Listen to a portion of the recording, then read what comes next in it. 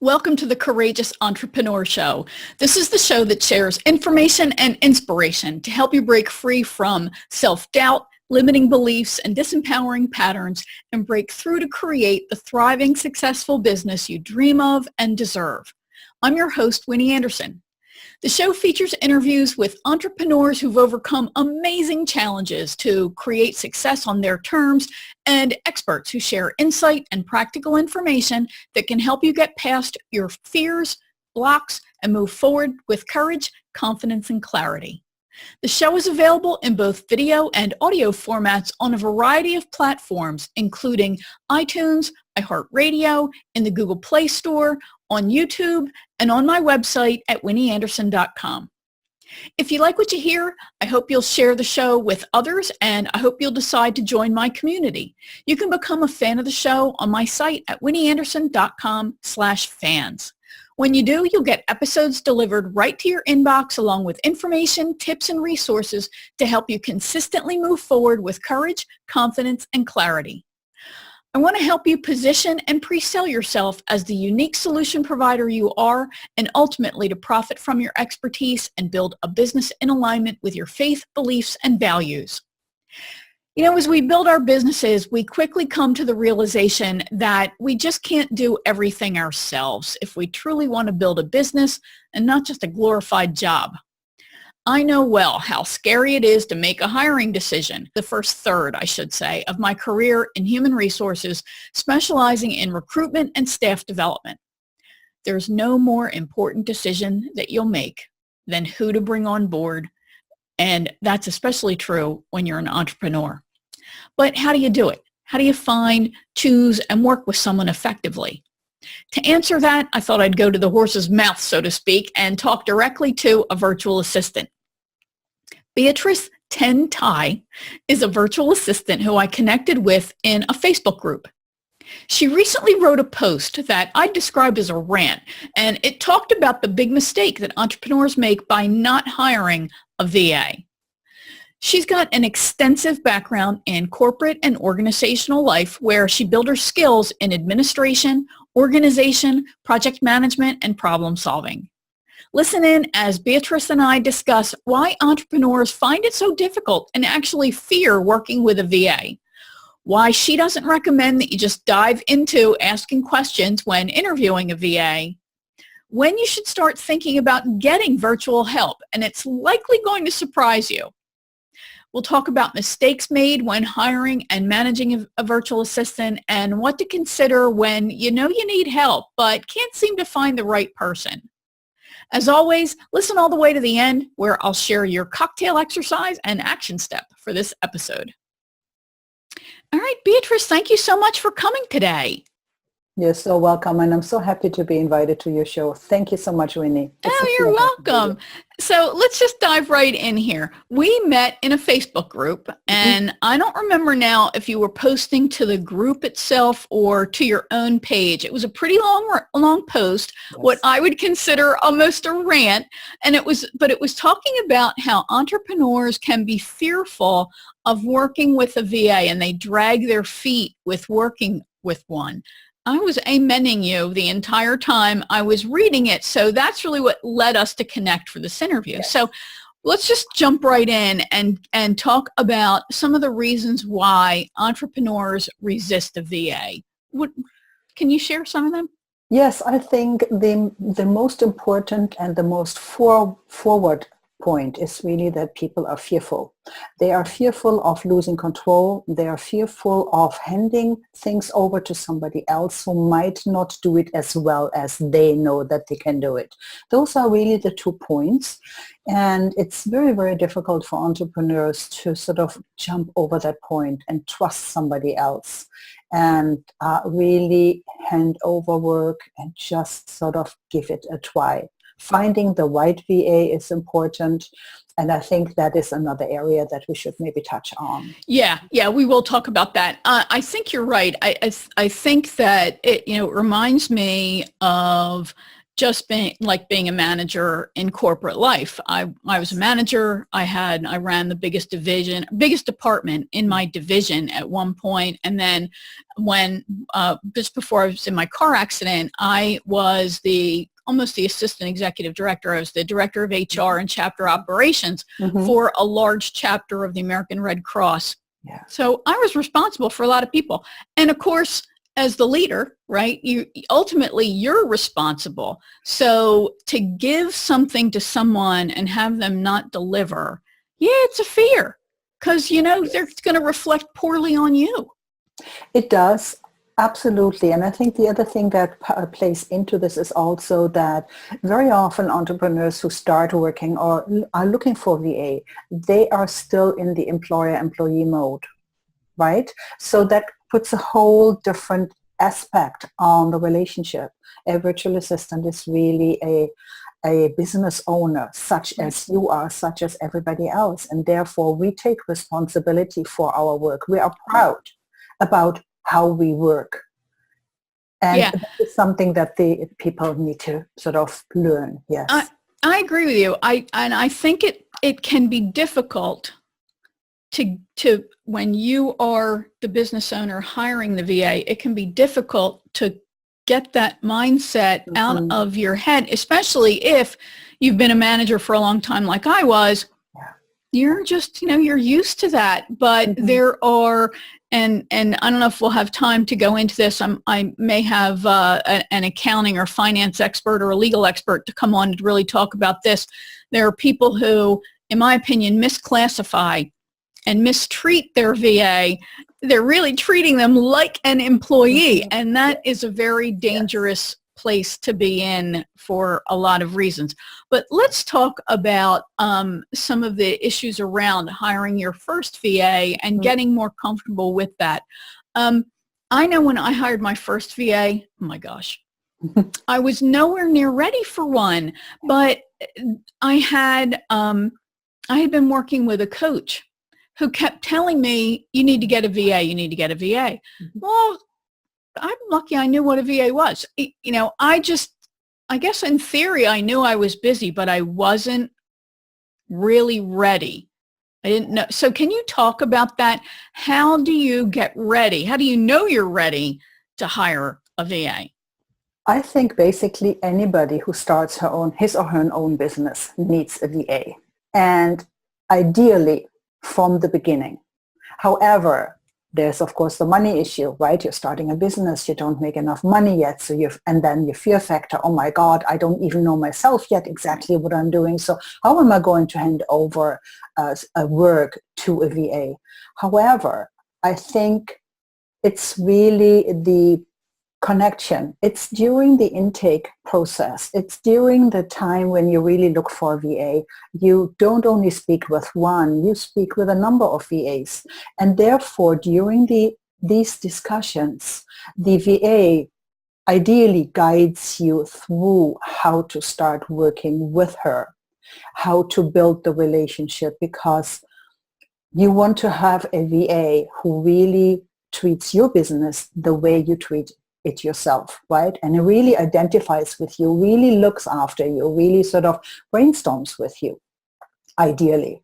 And so while you talk with a VA, you will find out whether you resonate, whether you have a connection.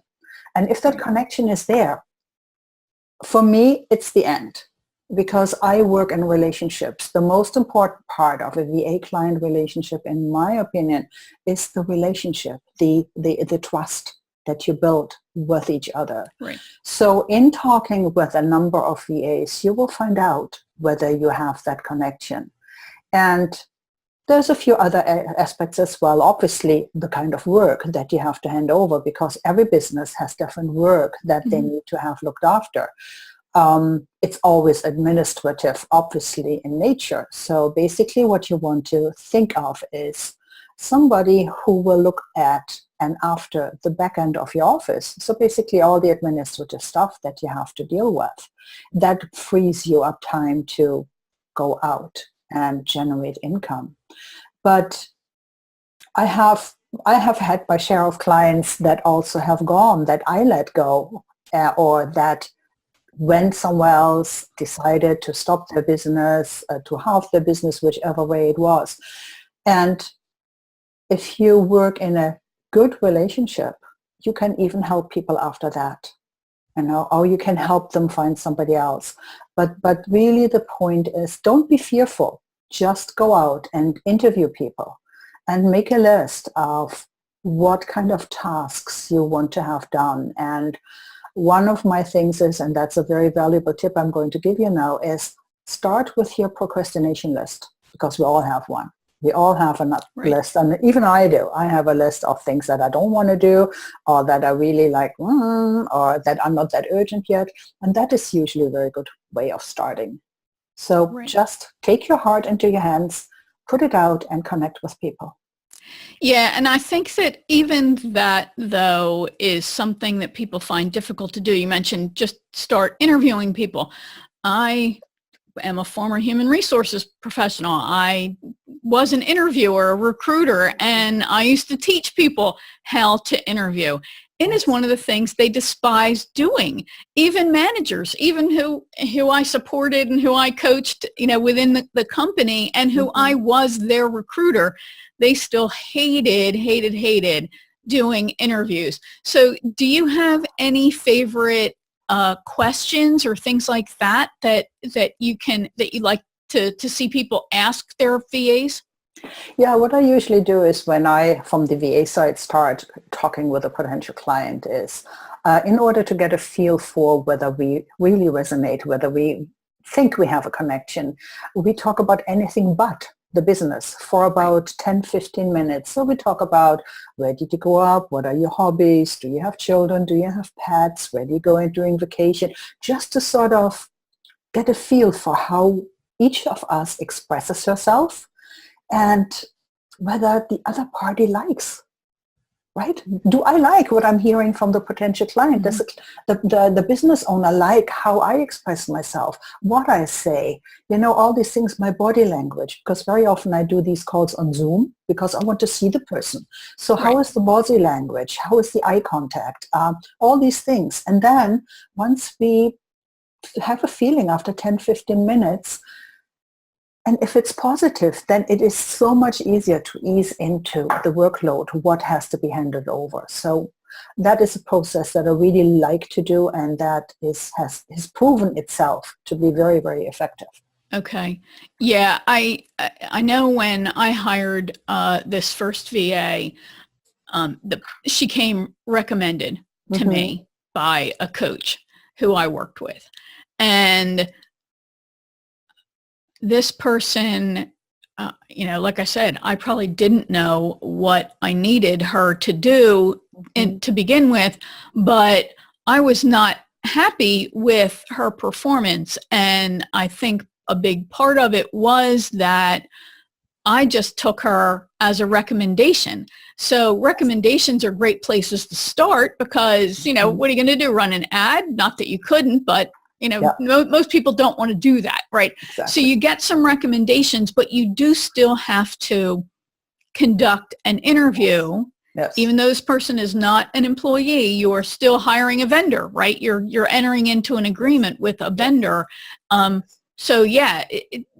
through all the due diligence of the selection process is important.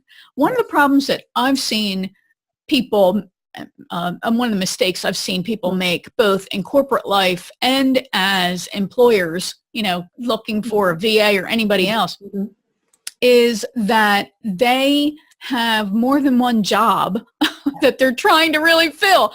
That, I was talking to a client a few weeks ago who really needs a VA. And he said, well, I can't find anybody who can do what I need. And I said, well, tell me what you need. Yeah. Right. I said, that's 3 jobs. That's at least 3 people. Yes. You can't do that. You need 3 people then. You can't just find, that person is like a needle in a haystack, I think, to find somebody who has all those skills. Well, in a situation like that, what I might suggest is to really determine what is the most important part. What are the tasks that really need to be outsourced right away? And For the moment, forget about the rest and then build on over time. And maybe get somebody else to do this, either through me if we're working together, that I can help and find somebody else, or, there's always ways to do this. But don't overload. If it's 3 people, start with 1, because it takes time to really get together, to really find our own groove in how we work.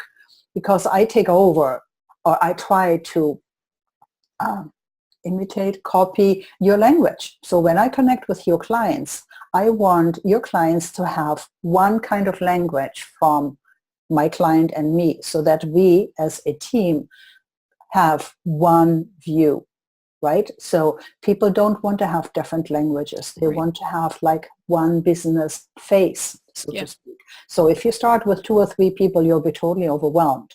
And yes, so take it easy, start with the most important part, Right. and then build on later on. Yes. Now, one of the things that I hear differing opinions on from VAs as well as from entrepreneurs is the idea of, I think of it as setting someone up for success. So when you bring somebody in, whether they're a contractor or VA or an actual employee, you theoretically should, right, have systems, processes, and I think that's part of the problem with your average entrepreneur who's maybe going to hire their first VA, Yes. is that a lot of times they're figuring this stuff out as we go, right? And it's not like we're making it up, but we haven't really taken the time to really codify our processes. Can you talk a little bit about that? Because I've known VAs who will not work with somebody who does not have processes. So what do we do there? I do work with people who don't have a process. However, it's very important to put processes in place. Absolutely. And what I mostly do is, in accordance with the clients, I create procedure manuals. Okay, so everything that I do on behalf of the client gets documented, and therefore is always available, goes into our shared Dropbox folder, and is available to the client, is available to me, and is updated as we go along. The other thing that I also do is, when somebody is starting her business, is really, what kind of tools do we use in order to make everything move together, right? Because you can have so many different tools, but if they don't connect with each other, very often you have so much more work, because you might have to copy, let's just for argument's sake, an address from here to there to there to there in order to make your system work. And that is totally, obviously, time consuming and not the ideal way of doing business. So that's something else, a strategy of how do we set systems up, and then how do we keep them in place, and writing the policies so we have everything documented. Yeah. Okay. That's great.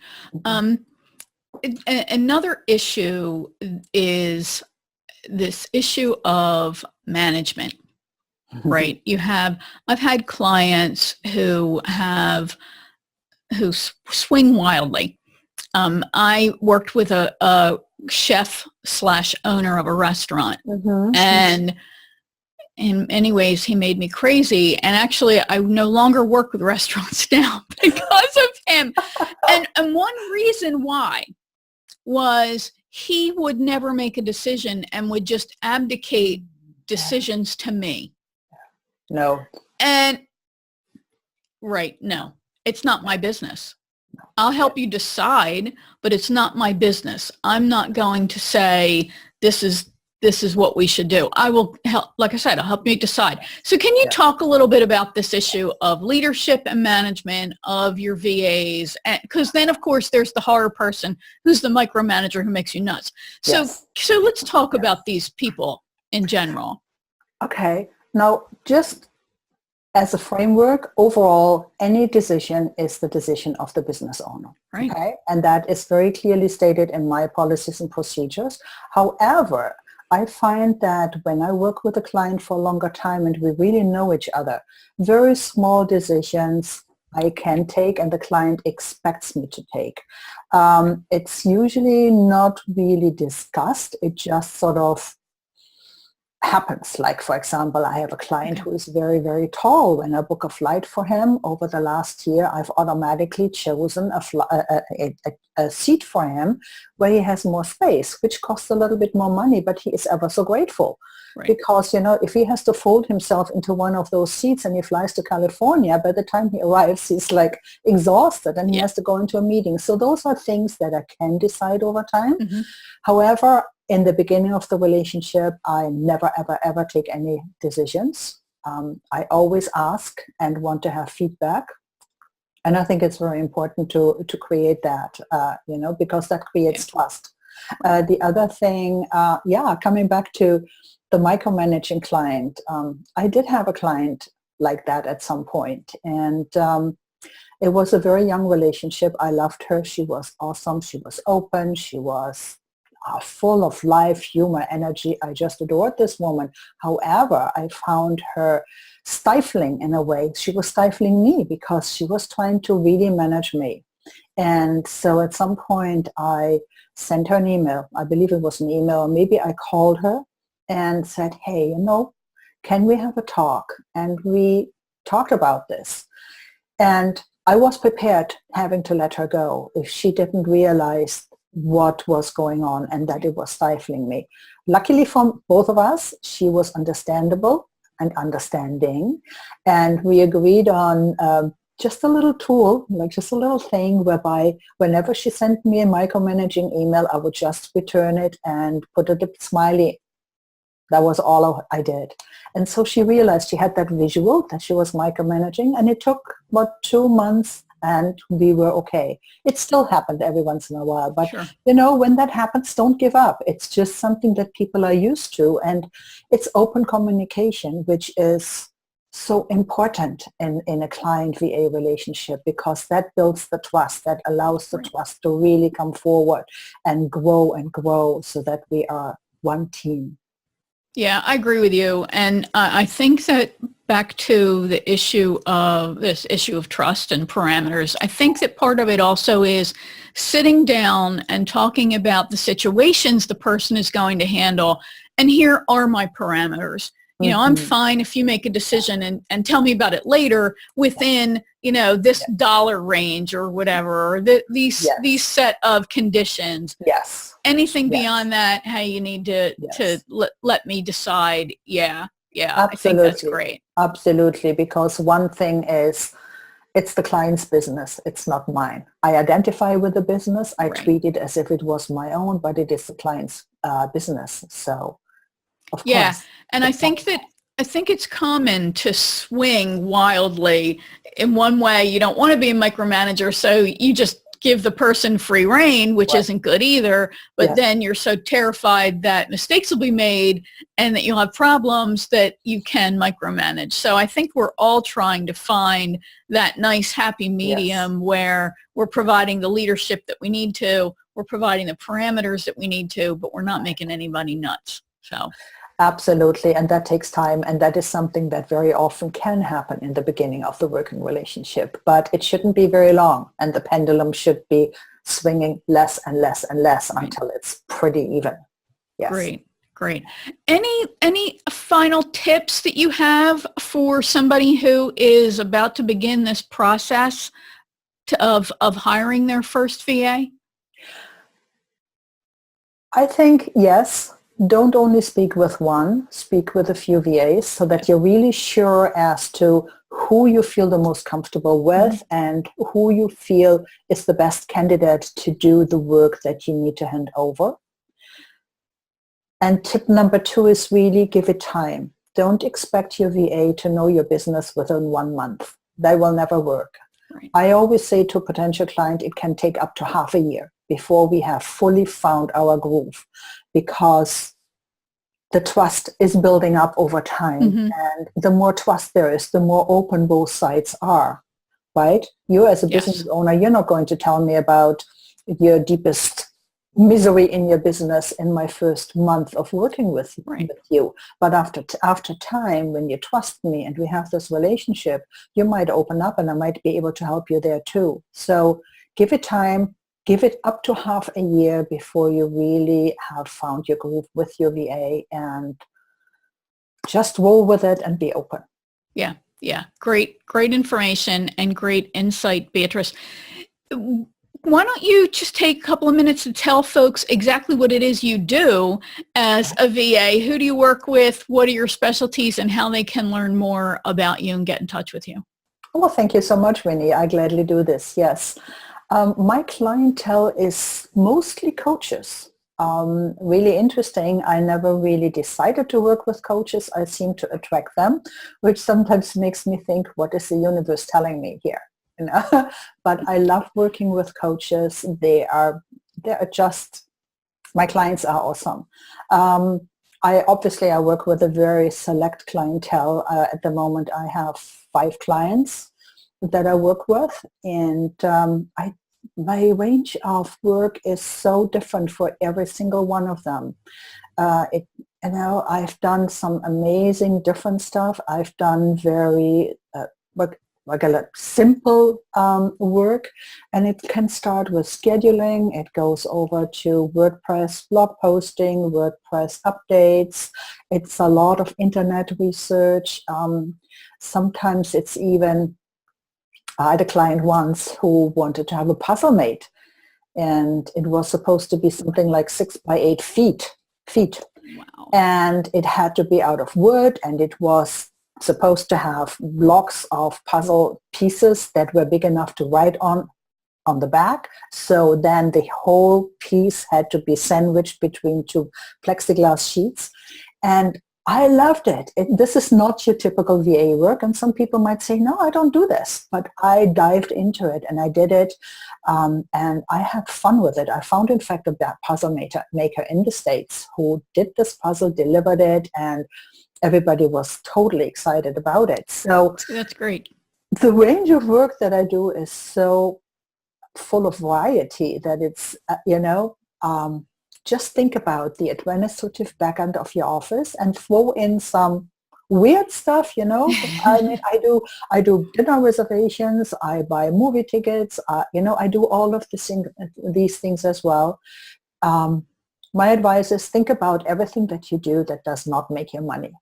All of that you can hand over. And that is maybe something that you want to sort of look at when you speak with VAs. Is she open to do these things? Because as I said earlier, some VAs don't. They are strictly task-orientated and they just don't want to do anything different. I do. I thrive on it. I need challenges. That's great. So if you want to find some more information about me, you can go to my website. It's beatricetentai.com. And I'm pretty sure that Winnie will spell that out maybe a little bit more later. I absolutely will. Yes, we'll have links directly to that in the show notes, as well as links to all of Beatrice's social media profiles, so you can track her down everywhere on the net where she is. Thank you. Thanks very much for being here today, Beatrice. I appreciate your information. Thank you so much, Winnie. All right, I hope you found that interesting and helpful. Beatrice is really an outstanding professional. If you liked this episode, I hope you'll share it with your connections. Please leave a great review for it on the platform where you've consumed it. And be sure to subscribe either on that specific platform like iTunes, iHeartRadio, Google Play, or you can subscribe to the video version on YouTube. But when you subscribe at my website at winnieanderson.com/fans, you'll receive episodes emailed to you each week along with information, tips, and resources to help you come out of hiding to profit from your expertise. I share information to help position you and pre-sell yourself as the unique, trusted advisor that you are. All right, so your cocktail exercise, otherwise known as a reflection exercise. No alcohol is necessary, but sometimes it doesn't hurt. But don't drink and drive, and don't drink to excess. Okay, so think about how you work and where the bottlenecks or stuck points are in your business. We start off with the idea to build a business, but often what we end up creating is just a job, working for an incredibly mean boss, ourselves. The true businesses, as you well know, are organized in a way that lets you maximize your earnings potential while reducing the amount of time that you need to be present to actually earn the revenue. So do you have a business or do you have a glorified job? So are there things that you could accomplish if you weren't stuck doing work that, in all honesty, doesn't need to be done by just you? All right, so your action step. Now, I'm going to challenge you to really think about the habits that you have and the processes that you're following. While we may know we need help and we likely want help, our need for control or independence or for certainty can lead us to continue to do every task ourselves when that's really not the way to maximize profitability. So identify one thing that you really don't like doing or you know you need to do, but you never find the time for, you never make the time for. That would be an example of what Beatrice called a procrastination goal. I know I have them. Then start with that one task and write down all the steps or at least all the components to do that task. Identify how much time you think it would take to do it. And, it probably takes you a lot more time than somebody else who's really a true expert in doing it. And create a plan to get just that single thing done by someone else. Create a list of the skills you think are involved in that. The concrete skills like the experience using a particular software and the soft skills of being a quick learner or any other skills that you need. Being somebody who works well with other people. Do you have deadlines or times when this work needs to be done every day, every week, or every month? Then start asking people that you know who use the same tools and who have a similar business model to yours, who they use and what they like or don't like about that person and their performance. You can even ask people what mistakes they made in hiring and choosing and managing a VA. Think about your style of working and the kind of person that you'd like to work with. But remember, you're not looking for your exact duplicate. Get some names and contact information and get started looking, because it'll take you longer to find someone than you really think it will. I did an interview with Craig Cannings. He's one of the co-founders of VA Classroom. That's the top place for VAs to go to for training in specific tools that they need. Craig shares his insight on hiring and managing a VA as well. So if you'd like to get that recording, then head over to the show notes for this episode at winnieanderson.com/VA. And if you're looking for help as you grow in your journey of becoming or being a courageous entrepreneur, you'd like help to stay focused on completing your big projects, coming out of hiding, taking your business and you to the next level of success, then consider joining an Action Takers group. These are small groups of no more than 10 solo professionals and entrepreneurs who provide accountability and support to each other as they move forward to achieve their goals that they otherwise would probably lose focus on. Group enrollment happens at specific times during the month. So if you want to learn more about that, you can go to winnieanderson.com/takeaction, all one word. Thanks for joining me for another episode of the Courageous Entrepreneur Show. Remember, you deserve all the success you dream of.